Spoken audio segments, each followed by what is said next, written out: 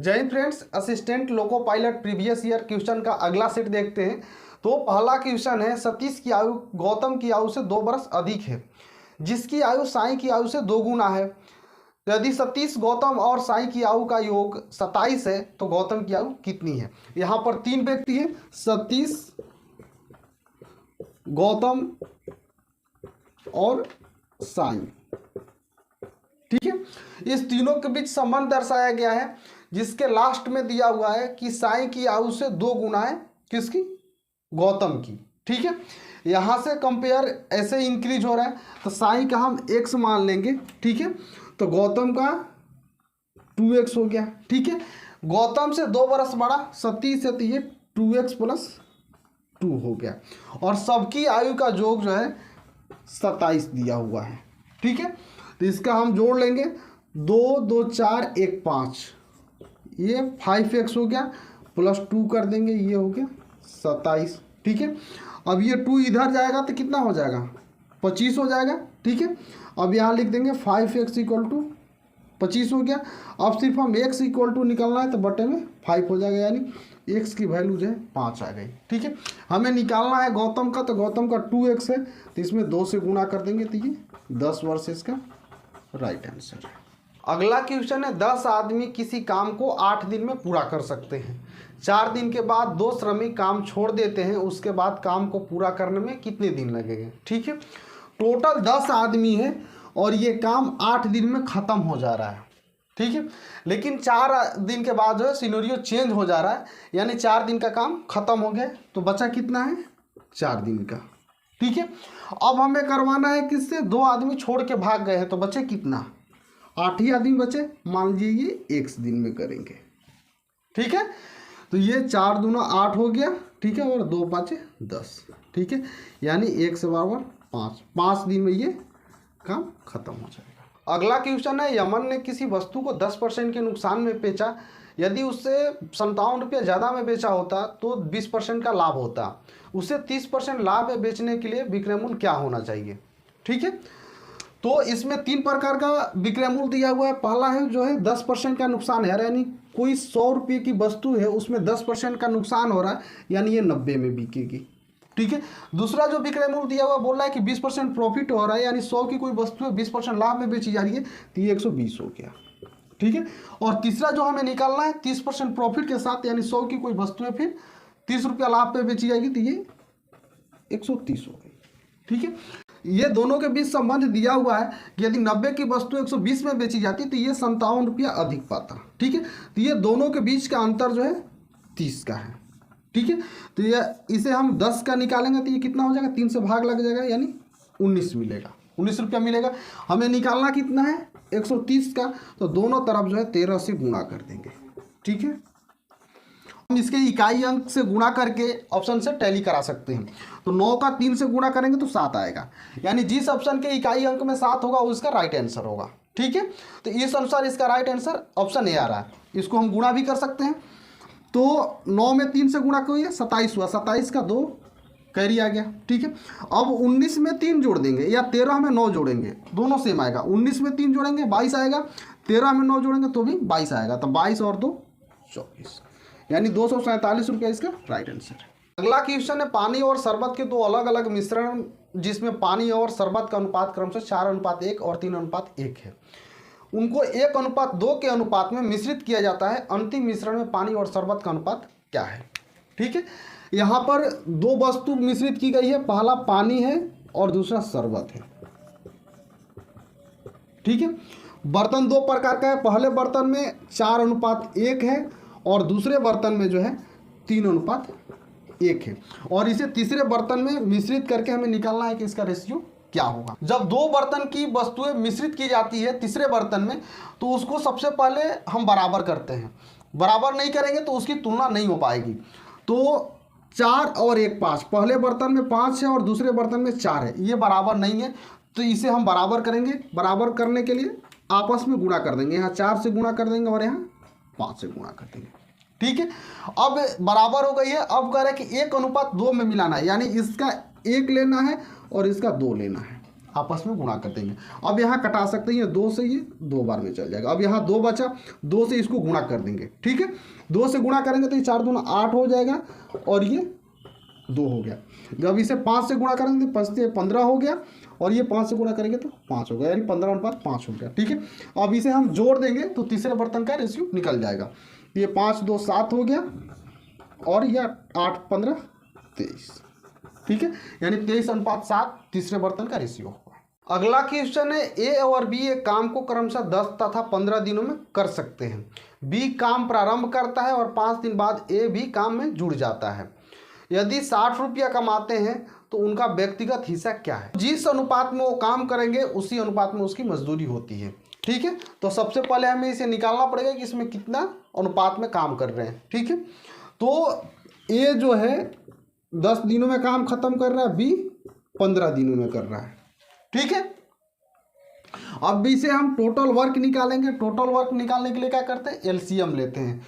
तो एलसीएम का कॉन्सेप्ट है कि जो सबसे बड़ी संख्या है उसका मल्टीपल हम पढ़ते जाएंगे। तो 15 का मल्टीपल क्या आएगा, 30 आएगा। 30 दोनों से कट जाएगा, यदि नहीं कटता तो और आगे बढ़ते, तो यहाँ 30 हो जाएगा, ठीक है। अब ए एक दिन में 3 काम करेगा, बी एक दिन में 2 काम करेगा, ठीक है। अब बी जो है 5 दिन काम कर रहा है, तो 5 दिन में ये कितना काम करेगा, 10 कर चुका है, ठीक है। अब 30 में से 10 काम ये कर चुका है तो 20 कितना काम बचा, 20 बचा है, ठीक है। अब 20 ये दोनों मिल के कर रहे हैं क्योंकि ये भी जुड़ जा रहा है। तो 3 2 5 ये काम करेंगे एक दिन में, तो ये 4 दिन में काम खत्म कर दिए, ठीक है। अब ये बी जो है 10 काम कर चुका है, तो 4 दिन में ये और कितना काम करेगा, 8 काम करेगा, यानी ये 18 काम कर चुका है, ठीक है। तो एस काम किया है, कैसे, आप यहाँ से माइनस कर देंगे तो भी निकल जाएगा, यदि आप निकालना चाहें तो भी निकल जाएगा। देखिए यहाँ 3 से 4 में गुणा करेंगे, कारण कि 4 दिन ही ये काम किया है, तो 3 चौका 12, यानी 3 गुणे 4 12, ठीक है। अब ए और बी जो है 12:18 में काम कर रहे हैं, ठीक है। तो इसको क्या लिख सकते हैं, 2:3, ठीक है। इस काम के लिए टोटल मजदूरी 60 रुपया मिल रहा है और काम कितने अनुपात में हुआ है, 2:3 में, तो टोटल कितना हो गया, 5/5 हो जाएगा, यानी 1 अनुपात की वैल्यू 12 रुपया हो गई।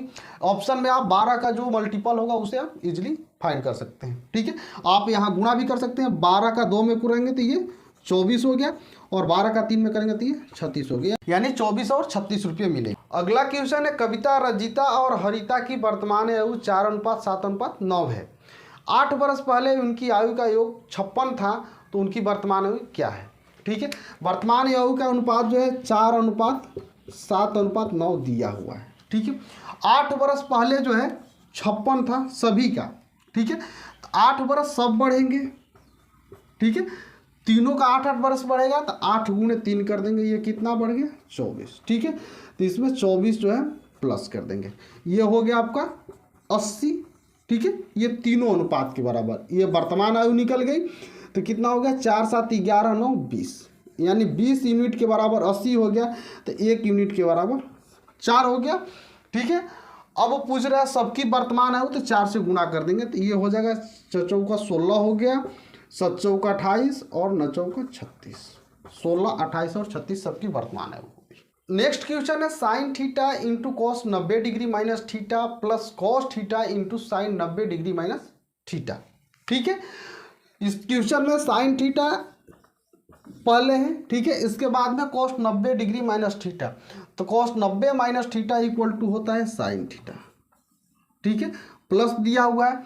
इसके बाद है कॉस थीटा, ठीक है। अब क्या है, इंटू में साइन 90 डिग्री माइनस थीटा, तो साइन 90 माइनस थीटा बराबर होता है कॉस थीटा, ठीक है। इसको गुणा करेंगे तो ये साइन स्क्वायर थीटा हो जाएगा प्लस में कॉस स्क्वायर थीटा, ये भी फार्मूला होगा, इसका वैल्यू 1 होता है, ठीक है। नेक्स्ट क्वेश्चन है, 4 2 2 6 3 और 8 संख्याओं का माध्यिका कितना है, ठीक है। तो माध्यिका निकालने के लिए सबसे पहले हम संख्याओं को जो है बढ़ते क्रम में सजाते हैं, ठीक है, यानी छोटी संख्या से बड़ी संख्या की तरफ लिखेंगे। तो सबसे छोटा इसमें 2 है, ठीक है, इसके बाद फिर एक 2 दिया हुआ है, इसके बाद फिर 3 है और 4 है, 6 है और 8 है, ठीक है। माध्यिका मतलब कि मध्य का, बीच वाली संख्या माध्यिका कहलाती है, ठीक है। अब इसमें 2 इधर से आइए, 2 इधर से आइए, बच गई कितनी? 2 संख्या। दोनों संख्याओं को जोड़ करके आप 2 से भाग दे देंगे तो उसकी माध्यिका निकल जाएगी। जिसमें 1 बचेगा उसमें सिर्फ 1 में ही भाग लगाएंगे 2 से तो उसकी माध्यिका निकल जाती है। ठीक है, तो ये 3 और 4 कितना हो गया? 7। 7 भागे 2, 3.5 उसकी माध्यिका हो गई। नेक्स्ट क्वेश्चन है, यदि एक बिंदु P से O केंद्र वाले किसी वृत्त पर PA और PB स्पर्श रेखाएं परस्पर 110 डिग्री कोण पर झुकी हुई है तो कोण POA का मान क्या होगा? ठीक है, यहां पर एक वृत्त है, इसके बाहर एक बिंदु है P, यहां से एक स्पर्श रेखा खींची गई है, ये A हो गया, और यहां से एक स्पर्श रेखा खींची गई है, ये B हो गया। ठीक है, PA और PB। वृत्त का केंद्र जो है O है। ठीक है, अब यहां से हम इसके रेडियस में मिलाएंगे और यहां से इसके रेडियस से मिलाएंगे। ठीक है, अब यहां पर इसको ऐसे मिलाएंगे तो ये 2 त्रिभुज हो गया। ठीक है, जब इसके रेडियस से हम मिलाते हैं तो यहाँ पर 90 डिग्री का एंगल बनता है, यहाँ पर भी सेम 90 डिग्री का बनेगा। ठीक है, अब ये 90 है और ये पूरा एंगल जो है 110 डिग्री है।